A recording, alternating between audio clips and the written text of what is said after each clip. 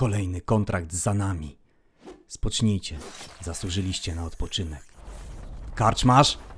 Dzbany piwa, jakieś mięsiwo i chleba dla mnie i moich braci. I no rychło, bo w gardle sucho i kiszki marsza grają. Możecie być z siebie dumni. To był ciężki bój. Niestety kilku z nas poległo. Kilku nosi rany, które być może nigdy się nie zaleczą. Ale taki jest żywot najemnika. Podążanie za sławą, bogactwem i śmierć czyhająca tuż za rogiem. Kufle w dłoń. Za tych, którzy polegli. Za nas. Za tę przeklętą drogę, którą obraliśmy. Razem w największą bitewną zawieruchę. My najemni. Battle Brothers. Cześć, z tej strony Szaman. Witam Was bardzo serdecznie. Battle Brothers jest debiutem Overhype Studios. Wydana w marcu 2017 roku na PC turowa strategia z elementami RPG zabiera nas do świata w klimacie low fantasy, przypominającego średniowiecze, w którym próżno szukać potężnych czarodziejów i rzucanych kuli ognia, czarów ochronnych nakładanych przez kapłanów czy boskich mocy paladynów. Członkowie drużyny nie mają żadnych nadprzyrodzonych zdolności, są to wojowie z krwi i kości, wyposażeni w średniowieczne uzbrojenie. Zapomnijcie więc o płonącym ostrzu +5 czy o butach szybkości. Chociaż w grze pojawią się bardzo rzadko legendarne przedmioty, które mają pewne niewielkie magiczne właściwości. Natomiast wrogowie, z którymi przyjdzie nam się zmierzyć, to już zdecydowanie fantazy. I czasami jakiś czar natury bądź nieumarłej natury nam zaszkodzi.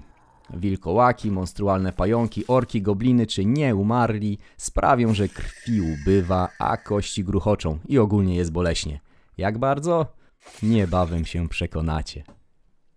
W grze wcielimy się w dowódcę garstki ocalałych z zasadzki najemników.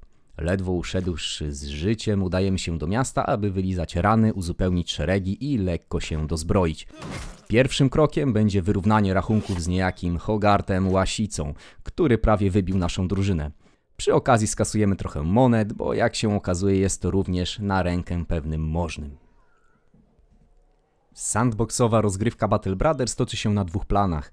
Pierwszy to oszczędnie, aczkolwiek bardzo klimatycznie skrojona mapa, usiana osadami, zamkami, bagnami i innymi lasami, na której poruszamy się w czasie rzeczywistym. Świat żyje, kupieckie karawany wędrują z miasta do miasta, oddziały rodów szlacheckich patrolują okolice, bestie czyhają w lasach i nękają osady, siejąc postrach, a chmury leniwie sobie płyną. No chyba, że zatrzymamy czas, co się często przydaje. Wszystko jest pokazane w prostej, dwuwymiarowej grafice. Pomysł jest spójny, być może bez szaleństwa efektów graficznych, ale ja kupuję taką stonowaną formę, gdyż wszystko dobrze się komponuje. Drugi plan to turowe starcia na polach heksagonalnych, o których powiem w dalszej części recenzji, bo wierzcie mi, jest o czym mówić. Sama mapa jest generowana i posiada swoje oznaczenia, a więc za każdym razem nie tylko powędrujemy trochę inaczej, ale dodatkowo jeśli jakieś zestawienie terenów czy rozstawienie miast nam się szczególnie spodoba, to nic nie stoi na przeszkodzie, aby ponownie zagrać na tej samej mapie. Tak jak wspomniałem przed chwilą, zostajemy rzuceni w otwarty świat i od nas zależy, gdzie podążymy i co będziemy robić. Gra nie prowadzi za rękę. Nie ma linii fabularnej i przyznam, trochę mi tego zabrakło. Charakter gry i przebieg rozgrywki tłumaczy zastosowany zabieg, ale mimo wszystko fajnie by było, gdyby nasze poczynania napędzała fabuła. Żeby poza zdobywaniem złota, przedmiotów, sławy, nasi najemnicy mieli większy wpływ na otaczający świat. Są zdarzenia, są kryzysy i pewne elementy, które nadają nieco głębi i jako takiego smaku fabularnego, ale chciałbym zdecydowanie więcej. Kryzysy stanowią pewną formę endgame'u. Aczkolwiek nie do końca nim są, gdyż po zażegnaniu jednego globalnego zagrożenia następuje okres względnego spokoju, by ponownie za jakiś czas pojawiły się kolejne fale orków, goblinów czy nieumarłych. Każdy z kryzysów ma inny wpływ na otaczający świat, to znaczy inaczej psuje mapę. Rody szlacheckie psują się nawzajem, a my dołączając do jednego z nich pomagamy oblężeniami, napadami na karawany czy paleniem strażnic. Nieumarli psują żywych, a orki i gobliny psują wszystko jak leci. Kryzysy można podsumować jako ciekawe zintensyfikowanie wyzwań, oznacza to dużo więcej walki i dużo więcej łupów. Ogólnie rozgrywka polega na jak najdłuższym prowadzeniu naszego oddziału. Kończymy, gdy polegnie ostatni nasz najemnik, albo sami stwierdzimy, że czas wysłać oddział na emeryturę. Zanim jednak zmierzymy się z pierwszym kryzysem, czeka nas sporo wędrówki, walki i handlowania. To są filary, na których opiera się Battle Brothers. Musimy zarobić, musimy się dozbroić i musimy zdobyć umiejętności radzenia sobie w tym świecie. No właśnie, bo gra jest trudna, a nawet bym powiedział bardzo trudna, przynajmniej dla mnie. Nie wybacza za dużo błędów, próg wejścia jest wysoki i żeby cieszyć się grą w pełni, trzeba poświęcić sporo czasu na poznanie rządzących nią praw. Poziom trudności można ustawić w 3 kategoriach: ekonomia, walka i fundusze początkowe. Rozpocząłem rozgrywkę na poziomie weteran, co jak sądziłem będzie odpowiadało poziomowi normalnemu. Nie wziąłem pod uwagę, że to jest poziom normalny w skali Battle Brothers. Zresztą nie powinno mnie to dziwić, skoro na ekranach ładowania pojawia się tekst „Przegrywanie jest fajne”. No tutaj bym polemizował.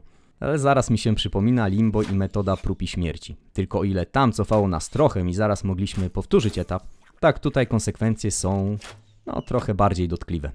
Moim zdaniem poziomy w Battle Brothers to trudny, trudniejszy i najtrudniejszy. No i jeszcze jest tryb Iron Man. Powiem tak, jak straciłem dobrego najemnika w trybie normalnym, to jeszcze mogłem wczytać i powtórzyć walkę. Ale jak dzięki krytycznej strzale straciłem najemnika z maksymalnym levelem i dobrymi statystykami w trybie Iron Man, no cóż, pozostało zaparzyć sobie melisę i policzyć do 10. Sama wędrówka ma duży wpływ na tempo rozwoju najemników. Może nie bezpośrednio w wymiarze zdobywania doświadczenia i samego levelowania, ale pośrednio przez to, że generuje koszty. Trzeba zapewnić wyżywienie, które swoją drogą ma termin spożycia, i pieniądze na żołd. Dodatkowo, jeśli będziemy walczyć, a na pewno będziemy, to koszty są dużo większe. Trzeba postarać się o zapasy amunicji, narzędzi do naprawy uzbrojenia oraz medykamenty do leczenia. Jest też zastosowany całkiem fajny mechanizm, chociaż sprawiający, że eksploracja nieco spowalnia i sprawia, że do każdej wyprawy trzeba być dobrze przygotowanym, a mianowicie szybkość poruszania się i topnienia zasobów jest uzależniona od typu terenu, po którym wędrujemy. Przeprawa przez góry czy bagna pochłonie więcej racji żywnościowych i monet niż podróż utartymi szlakami. Nieraz się zdarzało, że musiałem wracać do miasta, aby uzupełnić zapasy. Morale głodnej i nieopłaconej kompanii będzie po prostu spadać. W celach testowych specjalnie przestałem płacić i nie uzupełniałem zapasów żywności, aż w końcu zdenerwowani najemnicy mieli dość i jeden po drugim opuszczali kompanię szamana. Jeśli jednak będziemy płacić dniówki i najemnicy będą mieli co jeść, to wędrówka przebiega raczej płynnie i od czasu do czasu pojawiają się zdarzenia, które mogą podnieść lub obniżyć morale najemników, bądź zapewnić dodatkowego rekruta albo doprowadzić do walki. Występowanie zdarzeń, których jest dosyć dużo i które są ciekawym dodatkiem do eksploracji, uzależnione jest od paru czynników. Od ludzi, których mamy w oddziale, od konkretnego przedmiotu lub od zlecenia, którego się podjęliśmy. No właśnie, questy, czy mówiąc językiem Battle Brothers, kontrakty. Jest to jeden ze sposobów pozyskiwania monet i zdobywania reputacji. Wędrujemy od mieściny do mieściny i podejmujemy się zleceń. Misje są różne, chociaż prawie zawsze prowadzą do walki. A to trzeba będzie odszukać skradziony relikt, a to obronić osadę przed falami bandytów czy innych bestii, zbadać ruiny, cmentarz, co prawie zawsze postawi na naszej drodze nieumarłych, lub eskortować karawanę. Okej, tutaj czasami udaje się dotrzeć do celu bez walki. Nagroda uzależniona jest od stopnia trudności zadania. Tutaj zaznaczę, że przed podjęciem zlecenia warto się zastanowić nad jego rentownością. Raz, że podróżowanie kosztuje. 2, niektórych starć po prostu nie będziemy w stanie wygrać na danym etapie rozwoju najemników. Trzeba trochę podziałać metodą prób i błędów, aby dojść do tego, jakich kontraktów i jakich bitew się podejmować. Jest cały szereg misji powiązanych z kryzysami. Stanowi to pewne urozmaicenie, bo po pewnym czasie wdaje się mała questowa monotonia. Mam zastrzeżenie do tego, że możemy wziąć tylko jeden kontrakt naraz. Rozumiem utrudnienie, planowanie, koszty z tym związane, ale wydaje mi się, że możliwość pobrania chociaż jednego dodatkowego kontraktu by nie zaszkodziła, bo nieraz to są naprawdę duże odległości do przebycia. Każdy kontrakt można nieco negocjować, aby uzyskać więcej kasy, ale jeśli będziemy za dużo naciskać, utracimy kontrakt. W każdym momencie też możemy kontrakt zerwać, ale wpłynie to negatywnie na relację z osadą czy rodem szlacheckim. Co jakiś czas możemy wybrać ambicje, po których spełnieniu polepszy się morale kompanii, otrzymamy bonus do sławy, co zaowocuje lepiej opłacanymi kontraktami, a czasami wpadnie jakieś trofeum. Poza standardowym zdobywaniem funduszy z łupów wojennych w Battle Brothers również pohandlujemy. Prosta zasada, kup taniej, drożej sprzedaj. Niby wielkiej filozofii nie ma, ale jest zestaw czynników wpływających na ceny i dostępność towarów. Osady specjalizują się w pewnego typu dobrach, co jest zresztą graficznie przedstawione na mapie. Jeśli na przykład w okolicy osady widać tartak, chatkę łowcy czy pola pszenicy, to można się tam spodziewać drewna, skór i chleba. W nadmorskich mieścinach kupimy bursztyn, są też różne kopalnie, ale to nie wszystko. Na ceny, dostępność towarów czy rekrutów mają wpływ również zdarzenia. Odbudowa, znikający mieszkańcy czy karawany grabione przez bandytów to tylko niektóre z takich zdarzeń. Jeśli zażegnamy niebezpieczeństwo, kupcy chętniej zapłacą więcej za towary, a i taniej je sprzedadzą. Analogicznie ma się rzecz, jeśli idzie o sławę. Trzeba się trochę namęczyć, żeby rozkręcić przepływ złota, ale jak już ogarniemy szlaki handlowe, jest łatwiej. Nie zmienia to faktu, że jednak wymaga to sporo czasu. Serio, uzbrójcie się w cierpliwość. Nieraz po zakupie danego towaru sporo musiałem powędrować, zanim udało się sprzedać z zyskiem. A nieraz brak kasy mnie zmusił do sprzedaży poniżej ceny zakupu. A co znajdziemy w wioskach, miastach, twierdzach czy cytadelach? Ano na przykład możemy odwiedzić zbrojmistrza, rynek, wyleczyć rany w świątyni, opłacić trening najemników albo udać się do gospody, gdzie za drobną opłatą podniesiemy morale strudzonych najemników lub posłuchamy plotek. Czasami można w nich znaleźć ziarno prawdy i kierunek, który wskazują, może być opłacalny. Nieraz doprowadzą nas do ruin czy innych kryjówek. Z racji, że Battle Brothers to gra z najemnikami w roli głównej, to oczywiście możemy też w każdej mieścinie powołać superwojów, co to z samym okrzykiem sieją postrach wśród wrogów, a groty strzał łamią się na ich skórach. Na pewno, ale nie w tej grze. Bardziej prawdopodobne, że będą zbierać ostre cięgi i leczyć rany dniami i nocami. Dlatego też możemy powołać maksymalnie aż 20 żołdaków, z czego 12 możemy przydzielić do danego starcia. Zawsze będzie ktoś na zmianę, by w razie potrzeby dać odpocząć co po niektórym zmęczonym najemnikom. Na przykład po ciosie młota w głowę, topora w ramię, czy innej powierzchownej ranie. Każdy z najemników jest scharakteryzowany szeregiem statystyk, takich jak walka wręcz, żywotność, zmęczenie czy morale. Dodatkowo każda z postaci ma 3 statystyki, w których jest bardziej uzdolniona. Są to 3 randomowe talenty, które przy levelowaniu zapewniają większy przyrost punktów. Każdy z nich ma swoją historię. Jakoś tam sobie żył, wykonywał zawód. Jedni byli grabarzami, inni górnikami, a jeszcze inni prowadzili ciekawy żywot łowcy czarownic. Nie będę wymieniał wszystkich zawodów, powiem tylko, że w grze jest aż 58 tzw. background stories bohaterów. Mało tego, mogą mieć jeszcze cechy dodatkowe, na przykład być przesądni, mieć sokole oko, nienawidzić bestii, albo być po prostu chciwi i będą żądać większej dniówki. Sprawia to, że nasi najemnicy nie są tylko pustymi jednostkami. Jasne, nie jest to głębia bohaterów znanych z gier fabularnych, ale i tak uważam to za super zabieg. Cechy te zapewniają bonusy do statystyk, wpływają na zachowanie na polu walki oraz zapewniają zdarzenia, które spotkają nas podczas wędrówki. A propos zdarzeń. Nie dość, że przeszłych najemników ma wpływ na to, co może nas spotkać, to ma wpływ na relację między nimi samymi. Mogą uczyć się nawzajem. Może dochodzić między nimi do sporów, czy walki, a nawet mogą czyhać na swoje życie. Kultysta na przykład może próbować nawracać, górnik będzie miał dobry nastrój wędrując po górach, rybak złapie rybę. Reagują też na podejmowane przez nas decyzje. Ciekawostką jest fryzjer, taki niecodzienny muszę przyznać, bo oprócz zmiany fryzury czy zarostu można również zmienić twarz czy muskulaturę najemnika, czy dodać tatuaże. Nie korzystałem z tej opcji, bo nie udzielał gwarancji. Zostawiałem rekrutów w stanie, w jakim dołączyli do ekipy. Ale opcja jest i można się trochę pobawić. Dodatkowo można jeszcze pomalować hełmy i tarcze. Eksploracja eksploracją, handel handlem, ale teraz czas na według mnie deser w Battle Brothers, a mianowicie walkę. Uważam, że Overhype Studios wykonało kawał dobrej roboty, jeśli idzie o mechanikę i głębię starć. Ogromne brawa. Jest ciężko, jest krwawo i z charakterem. Walka jest złożona i daje dużo satysfakcji. Rozgrywana na heksach o różnych stopniach wysokości, dających przewagę w walce. A więc nie jest to tylko graficzny wymysł, a element taktyczny. Niestety trochę tutaj potrafi być kocioł, gdyż często jest po prostu wysyp wrogów i widok konkretnych jednostek nie do końca jest klarowny.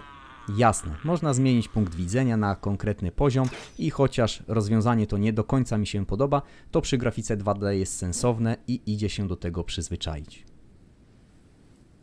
Jednostki przypominają uzbrojone figury szachowe. Hełmy, zbroje, oręż, graficznie naprawdę bardzo fajnie jest to przedstawione. Chociaż łapałem się na tym, że czekałem na animację zamachu bronią. Jak już jestem przy machaniu bronią, widać rany uzyskane w walce. Nieraz najemnicy naprawdę są masakrowani. Soczyste trafienia krytyczne, głowy latają. Pamiętacie, jak na początku recenzji mówiłem, że będzie boleśnie? Codzienność w Battle Brothers nie jest usłana różami.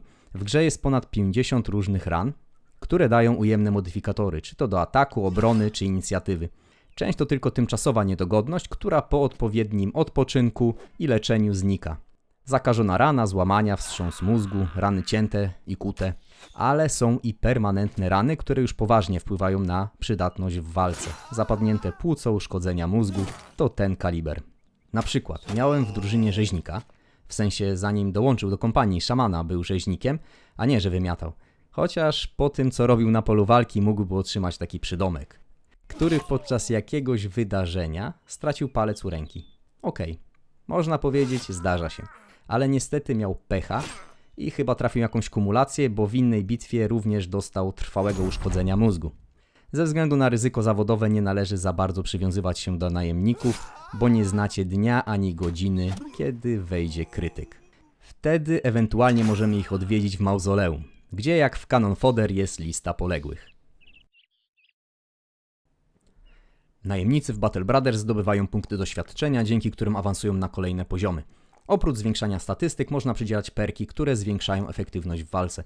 Poprzez odpowiednie dobieranie perków możemy sprawić, że dana jednostka będzie ekspertem w posługiwaniu się konkretną bronią czy typem pancerza, a także pozwala dostosować do konkretnych sytuacji na polu walki.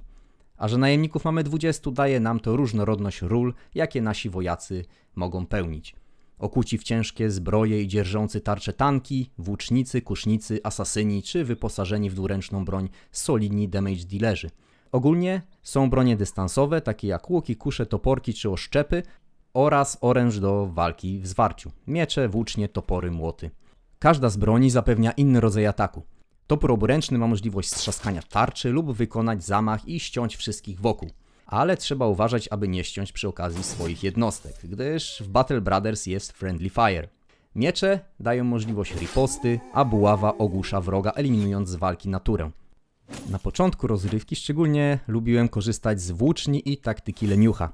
Ustawiałem ścianę włóczni i spokojnie czekałem, aż wrogowie zaczną się nadziewać. Podczas walki zarówno broń, jak i pancerz się niszczy, a nawet może zostać zniszczona w trakcie bitwy. Wszędzie koszty. Jak już płacimy, to warto zaopatrzyć się w parę gadżetów. Dodatków nie ma dużo, ale sprawdzają się w walce. Sieci unieruchomią wroga, bandaże zatrzymają krwawienie, a fiolki z trucizną zapewnią wrogom przygotę z toksynami. Ciekawostką jest, że możemy zakupić sokoła, który da pogląd na większą część pola bitwy, czy kilka psów bojowych, które skupią uwagę wroga. Kolejność wykonywania działań na polu bitwy określa inicjatywa z uwzględnieniem wszelkiego rodzaju modyfikatorów, takich jak ogłuszenie, panika czy wyczerpanie zmuszające jednostkę do pominięcia tury. Trzeba dobrze planować walkę, gdyż każda czynność wymaga punktów akcji i generuje zmęczenie. A im trudniejszy teren i bardziej zróżnicowany pod względem wysokości, tym zmęczenie bardziej daje się we znaki. Jest to kolejny element, który trzeba brać pod uwagę przy starciach, szczególnie, że w Battle Brothers dużo walk jest po prostu długich. A niektórzy najemnicy, jak na przykład astmatyk, będą sobie gorzej radzić ze zmęczeniem. W grze zaimplementowano system morale, mający wpływ zarówno na atak, jak i obronę. Dlatego warto dbać o nastrój najemników. Od euforii, którą mogą zapewnić wygrane walki czy browarek w gospodzie, po gniew, do którego powoli prowadzą przegrane starcia, głód czy brak wypłaty. Oczywiście najlepiej, jak najemnik będzie mocno zmotywowany do walki, gdyż sytuacji, w których morale będzie testowane, nie zabraknie. Otoczenie przez wrogie siły, śmierć towarzysza broni potrafią obniżyć morale, co nieraz może się przerodzić w prawdziwą falę paniki i ucieczkę z pola walki. Analogicznie otrzymamy bonus do morale za ubijanie wrogów. Za to, jak łatwo nas przestraszyć, odpowiada siła woli. Są duchy, których zadaniem jest wywoływanie paniki w naszych szeregach i parę takich duchów może przysporzyć sporo problemów. Nieraz trzeba będzie zastosować taktyczny odwrót, który może być kłopotliwy, szczególnie kiedy nasze jednostki już są zaangażowane w walkę. Jeśli jednostka panikuje, to tracimy nad nią kontrolę i ucieka z automatu. Co będzie nas chciało ubić na polu walki? Bestiariusz jest całkiem przyzwoity. Graficznie bardzo fajnie zaprojektowane figury jednostek. Nawet standardowe orki, gobliny czy nieumarli mają swój styl, który, jak już wspomniałem wcześniej, komponuje się z całym przedstawionym światem. Są też mniej znane bestie, takie jak Nazrechrery, które pożerając poległych upgrade'ują się, zwiększając swoją wartość bojową, a przy ostatnim stadium mogą nawet połykać jednostki. Z innych oryginalnych kreatur są Alpy. tworzące sporo koszmarnych wizji, które zadają już jak najbardziej realny damage. W obrębie danej rasy są jednostki różniące się cechami i uzbrojeniem, a co za tym idzie rolą, jaką spełniają w bitwie. Podobało mi się, że wrogowie mają swoje unikalne zachowanie na polu walki i trzeba pokombinować trochę nad taktyką, doborem broni, co by damage dobrze wchodził. Zamieszkują określone tereny. Pająki czy wilkołaki kryją się w lasach, gobliny, orki robią rajdy ze swoich twierdz. No i posiadają rasowe zdolności. Drzewce mają tarcze z gałęzi i korzenny atak obszarowy. Wiedźmy rekrutują sobie urokiem jednostki z naszego oddziału. Wampiry, tutaj nazwani Necroservants, teleportują się pod postacią nietoperzy, no i standardowo wysysają życie. Są także legendarne bestie, coś a la bossowie, których trzeba trochę poszukać. Walka z nimi to już wisienka na bitewnym torcie. Mam pewne zastrzeżenie. Powinniśmy mieć większy wpływ na ustawienie początkowe jednostek, kiedy to my atakujemy. Kiedy jesteśmy atakowani, to okej, element zaskoczenia. I jeszcze jedna cokolwiek śmieszna sytuacja, jak czasami musiałem szukać po mapie wroga. Pomimo tego, że to ja atakowałem, czyli jakby nie patrzeć, już wroga wypatrzyłem. Plus jest taki, że rzeczywiście typ terenu, który widzimy na mapie, ma odzwierciedlenie na polu bitwy. Grałem z DLC Bestie i Eksploracja, które zapewnia dodatkową porcję wrogów do ubicia, nowe legendarne miejsca do odwiedzenia, a także daje możliwość craftowania itemów z trofeów. Pajęczyny, kły, kości, popioły, zatrute jabłka można przerobić na wzmocnienie pancerza, pojemniejsze kołczany, antidotum czy eliksir sowy, który pozwala na zniesienie negatywnych efektów nocnej walki. No właśnie, bo zapomniałem dodać, że w Battle Brothers jest cykl dobowy, który wpływa na jednostki podczas starć. Również jeśli w nocy będziemy wizytować miasto, to poza tawerną wszystko będzie pozamykane. Zawsze można rozbić obóz i poczekać do rana.